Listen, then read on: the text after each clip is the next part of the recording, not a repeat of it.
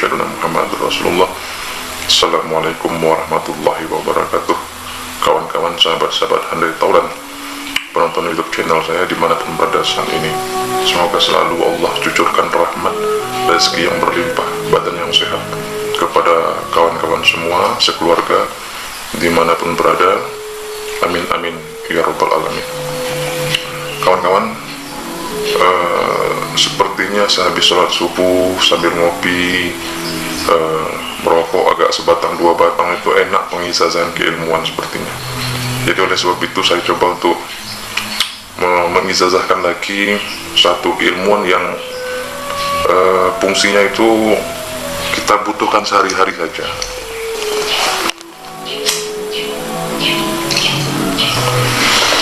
Ya, kita nggak pakai ilmu yang tinggi-tinggi ya, tapi gunanya hanya setahun sekali. Lebih baik pakai ilmu yang di akar rumput saja, tapi setiap hari memang kita perlukan. Nah, kali ini saya akan mengizazahkan keilmuan yang sekitar 9 tahun yang lalu ya, pernah saya tulis di blog Kampus Wongalus ya.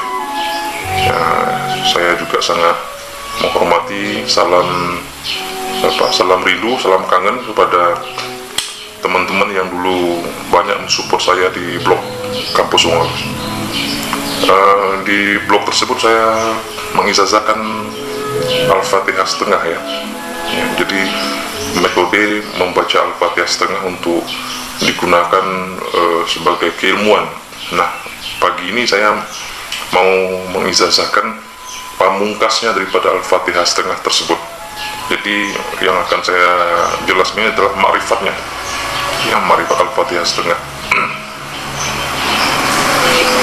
Begini kawan-kawan, langsung saja ya, nanti penggunaannya kan bisa di belakang saya jelaskan. Maaf ya, ini kan ada 4 ini jari, ada 5 jari kita ya. Nah, pertama saya baca tanpa bismillah ya, bismillah tidak dihitung. Alhamdulillahirabbil alamin, Ar-Rahmanir-Rahim, Maliki yaumiddin, Iyyaka na'budu wa iyyaka nasta'in. Oke, berarti 4 ya. 4. Nah, ini yang satu ini apa?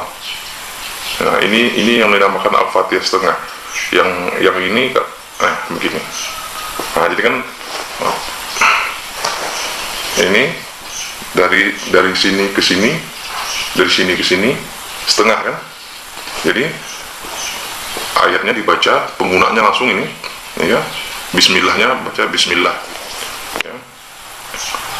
Bismillah, alhamdulillahirabbil alamin, arrahmanirrahim, maliki yaumiddin, iyyaka na'budu wa iyyaka nasta'in. Nah, ini yang setengahnya langsung dilipat gini. Nah, ini nanti setelah begini metodenya ditepukkan ke orang, itu pasti orangnya nurut. Jadi seperti mau gendam ya, tapi gendam putih ya, gendam dengan menggunakan kekuatan Al-Fatihah. Tepuk orang itu insya Allah pasti nurut ya, hanya digunakan di saat terjepit. Nah, sekarang saya kasih tahu, saya beri ijazah ma'rifatnya. Nah, ini kan yang pertama tadi, jika ini dilipat maka jadinya Al-Fatihah itu jadi setengah ya kan. Ini sama ini, dari jarak ini ke sini, jarak ini ke sini kan setengah ya. Sementara 4 ayat inilah 4 ayat Al-Fatihah. Alhamdulillahirabbil alamin, Ar-Rahmanir-Rahim, Maliki yaumiddin, Iyyaka na'budu wa iyyaka nasta'in. Nah, rahasianya pada kalimat Iyyaka na'budu wa iyyaka nasta'in ya. Teman-teman, sahabat-sahabat, pasti sudah sangat terbiasa dengan makna Iyyaka na'budu wa iyyaka nasta'in. Arti redaksinya, kepadamu ya Allah kami menyembah dan kepadamu kami minta pertolongan. Jadi menurut kawan-kawan ya, menurut kita dulunya bahwa ayat ini adalah ayat kita yang meminta ya, padahal tidak kawan-kawan, salah, bukan kita yang minta itu ya. Iyyaka na'budu wa iyyaka nasta'in, kepadamu ya Allah kami menyembah dan kepadamu kami minta pertolongan. Kunci gendam Al-Fatihahnya di sini, atau kunci Al-Fatihah setengahnya di sini. Ya, kenapa? Karena ayat iyyaka na'budu wa iyyaka nasta'in itu bukan ayat kita yang Allah suruh meminta kepada Dia. Tidak, kawan-kawan. Tetapi itu ayat Allah yang meminta. Allah yang meminta supaya kita itu, supaya manusia itu minta kepada Dia. Apa buktinya? Baik, kalau tabiat manusia yang meminta, itu tidak mungkin lafaznya menyembah dulu baru minta. Ya, manusia, coba kalau kita ada orang pilkada, election, kalau di Malaysia ya, itu kalau mau coblos, ya siapa yang mau mencalonkan diri jadi bupati, jadi gubernur umpamanya, itu coblos, itu kan kalau dia minta, ya dia minta kepada kita supaya dicoblos dia, pasti kita bilang minta dulu duitnya. Ya, kalau benar minta ada duitnya, saya coblos kamu. Berarti tabiat manusia, ya kalau berdoa itu minta dulu baru dia beribadah. Sementara pada ayat setengah Al-Fatihah itu beribadah dulu baru minta. Makanya itu bukan permintaan kita, itu rahasianya loh. Ya, di situ hebatnya itu. Beda dari ayat-ayat yang lain. Semua ayat yang lain itu kan manusia itu kan meminta kepada Allah. Nah, pada ayat Al-Fatihah, iyyaka na'budu wa iyyaka nasta'in, ini Allah yang meminta kepada hambanya, kepada makhluk tersebut untuk ya supaya makhluk itu mau minta pada Dia. Nah, bayangkan sudah Allah yang meminta supaya kita minta ke Dia. Ya, biasanya kan semua ayat itu kita dulu yang minta. Nah, mari kita lihat pada ayat lain dalam Al-Quran, bukti bahwa iyyaka na'budu wa iyyaka nasta'in ini adalah permintaan Allah kepada makhluk. Ya, kata Allah, tidak akan aku ciptakan jin dan manusia kecuali hanya menyembah kepadaku, hanya untuk menyembah kepadaku. Nah, ini sudah jelas. Kalau Allah meminta sesuatu, ya, itu selalu kalimat-kalimatnya, kalamullahnya itu menyembah, beribadah dulu. Nah, jadi iyyaka na'budu wa iyyaka nasta'in, kepadamu kami menyembah. Nah, kalimatnya kan menyembah dulu. Berarti ini kan kalimat Allah Ta'ala. Ya, bukan kalimat manusia, bukan tabiat manusia, bukan tabiat makhluk. Ini tabiat Allah. Ya, kepadamu kami menyembah. Jadi kalimat menyembahnya didahulukan, baru setelah itu minta. Ya, beda dengan ayat-ayat surat-surat yang lain. Surat yang lain itu tidak ada yang Allah langsung yang meminta. Ya.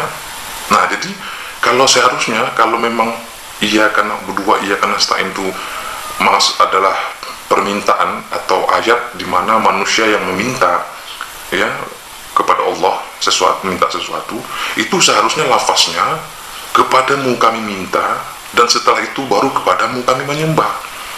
Karena tabiat manusia begitu, kalau mau beribadah dia minta dulu. Ya, tidak ada tabiat manusia itu minta dulu, beribadah dulu baru minta. Nah, seperti contohnya pencoblosan pilkada tadi. Jadi iyyaka na'budu wa iyyaka nasta'in itu maksud arti ma'rifatnya adalah Allah yang meminta. Allah yang meminta kepada makhluk supaya makhluk itu meminta ke Dia. Wah, dibuka seluas-luasnya. Bayangkanlah, biasanya makhluk yang meminta. Sekarang tidak. Sekarang Allah yang meminta supaya makhluk itu minta pertolongan ke Dia, meminta ke Dia. Nah, jadi kunci rahasianya Alhamdulillahirabbil alamin arrahmanirrahim maliki yaumiddin iyyaka na'budu wa iyyaka nasta'in. Ya, di yang setengahnya ini, ibu jari jempolnya ini dikasih pembatas supaya dia setengah. Jadi begini. Nah, lalu kita ucapkan, hai si fulan bin si fulan, ini Allah yang minta putus urat sarafmu. Atau hai fulan si fulan, ini pinta Allah putus tali akalmu. Ya, atau hai si fulan bin si fulan, ini pinta Allah putus tali sadarmu. Nah setelah begini tepukkan orang, tapi ini jangan, yang setengah ini jangan dilepas, ya, jangan dilepas, ya. Nah tepukkan. Nah, seperti umpamanya kalau lagi KPP yang mahasiswi lagi skripsi atau segala macamnya, terus ketemu dosen yang killer, ya gitu aja, salaman aja, tapi tangannya begini, ya, itu langsung sudah gendam tingkat dewa itu, ya. Nah kunci rahasianya kan setelah ditepuk tadi itu Al-Fatihahnya jangan dibaca dulu, maksud saya jangan disambung, biar setengah saja sampai nanti sudah di tempat yang baca tadi baru disambung kembali, atau setelah berhasil niatnya tadi baru dibaca kembali. Harus disambung, jangan tidak disambung nanti bahaya, nanti orang yang kena gendam itu bisa putus habis urat sarafnya atau urat sadarnya. Jadi kalimatnya intinya adalah mau berangkat atau mau menggunakannya, baca Bismillah, Alhamdulillahirabbil alamin, Ar-Rahman, gini ya, Bismillahirrahmanirrahim, Alhamdulillahirabbil alamin, Ar-Rahmanirrahim, Maliki yaumiddin, Iyyaka na'budu wa iyyaka nasta'in. Ini dilipat di sini. Nah, langsung katakan, ini pinta Allah kepadamu, atau ini pinta Allah, ya, putus tali sadarmu. Nah, itu maksudnya supaya membuat orang digendam. Kalau untuk keselamatan, pinta Allah putus tali akalmu, atau pinta Allah putus tali uratmu. Nah, itu nanti dia kalau menyerang kita atau menyerang secara niat jahat, ya, itu akan lemah tenaganya, peluluh. Nah setelah begini, kalau tidak ditepuk ke orang tidak apa-apa, nah, cuma setelah begini lepasin aja.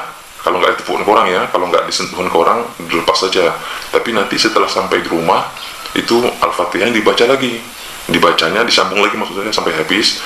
Bisa menyambung sampai habis itu tangannya jangan lagi begini, harus begini saja. Nah, jadi baru ihdinas syiratal mustaqim siratal ladzina. Nah itu kalau sudah selamat, umpamanya dia mau dari rumahnya mau ke tempat yang menurut dia ada bencana lah, atau ada halangan lah gitu, ya, atau begal segala macam. Nah itu tinggal baca saja Bismillahirrahmanirrahim, Alhamdulillahirabbil alamin, Ar-Rahmanirrahim, Maliki yaumiddin, Iyyaka na'budu wa iyyaka nasta'in. Ini begini kan, terus pinta Allah putus tali uratmu, wahai orang-orang yang berniat jahat, berniat menyerang kepadaku. Nah ini habis itu dilepas. Nah lafaz Al-Fatihahnya jangan disambung, cukup segitu saja. Nanti kalau sudah di rumah, sudah aman, sudah sampai di rumah dengan aman, baru sambung lagi. Sambungnya jarinya diginikan, ya, ihdinas syiratal mustaqim siratal ladzina an'amta 'alaihim ghairil maghdubi 'alaihim waladdallin. Amin. Nah itu sudah. Ini yang penting ingat kalimatnya, kalimat doanya itu, kalimat isi penggunanya jangan lari dari pinta Allah, ya. Kalau niatnya ya Allah aku meminta supaya sya'nu, itu tidak jadi, tidak sesuai dengan tujuan asbabun nuzul ayat Iyyaka na'budu wa iyyaka nasta'in tadi, ya. Jadi rahasia ma'rifatnya adalah ayat Iyyaka na'budu wa iyyaka nasta'in itu ayat Allah yang meminta, ya, bukan makhluk yang meminta, ya. Kalau makhluk yang meminta seharusnya Iyyaka nasta'in wa iyyaka na'budu, karena memang sudah tabiatnya makhluk, ya, kalau mau beribadah itu minta dulu, dikasih dulu hartanya banyak baru dia mau beribadah, ya kan. Sama orang orang proyek, ya Allah kalau dapat proyek nanti saya sumbangkan lah, ya, kalau jebol proyek ini saya sumbangkan sekian untuk masjid. Nah berarti dia kan minta dulu, ya, minta dulu baru dia mau beribadah bangun masjid. Mana ada manusia dia zikir dulu, nah, nanti dari zikirnya dapat rezeki, dari proyek dapat proyek, baru dia beribadah. Jarang kan? Karena memang sudah tabiatnya manusia begitu. Makanya itu rahasianya ayat iyyaka na'budu wa iyyaka nasta'in itulah rahasianya Allah yang meminta. Bayangkan, biasanya makhluk yang meminta, ini sekarang Allah yang meminta. Nah, jadi sesuaikan dengan asbabun nuzul ayat iyyaka na'budu wa iyyaka nasta'in tadi. Ini pinta Allah, putus tali uratmu. Nah, itu untuk keselamatan, supaya kalau orang nyerang tenaganya hilang, ya. Atau ini Allah yang pinta Allah putus urat sadarmu. Nah, itu untuk gendam, ya. Kalau di Jawa gendam namanya, ya. Kalau di Riau pukau. Saya ulang sekali lagi biar lebih benar. Kan sudah tahu ya rahasianya kan? Rahasianya pada ayat iyyaka na'budu wa iyyaka nasta'in. Nah, waktu menggunakannya baik untuk keselamatan ataupun untuk gendam, ataupun untuk kalau umpamanya kawan-kawan mau melamar anak gadis orang tapi orang tuanya beringas, orang tuanya tidak setuju, begitu ya. Ya. Nah, itu tinggal mau berangkat ke rumah calon mertua itu beginikan tangan. Bismillahirrahmanirrahim. Alhamdulillahirabbil alamin. Ar-Rahmanirrahim. Maliki yaumiddin. Iyyaka na'budu wa iyyaka nasta'in. Pinta Allah, wahai engkau calon mertua, ya, baik kepadaku atau putus tali sadarmu. Ya, itu supaya kesadarannya akan materi, akan penolakan kepada kita untuk hilang. Setelah itu baru dibuka. Nah, kalau nanti sudah selesai, sudah sampai rumah dengan aman, disambung lagi. Sambungnya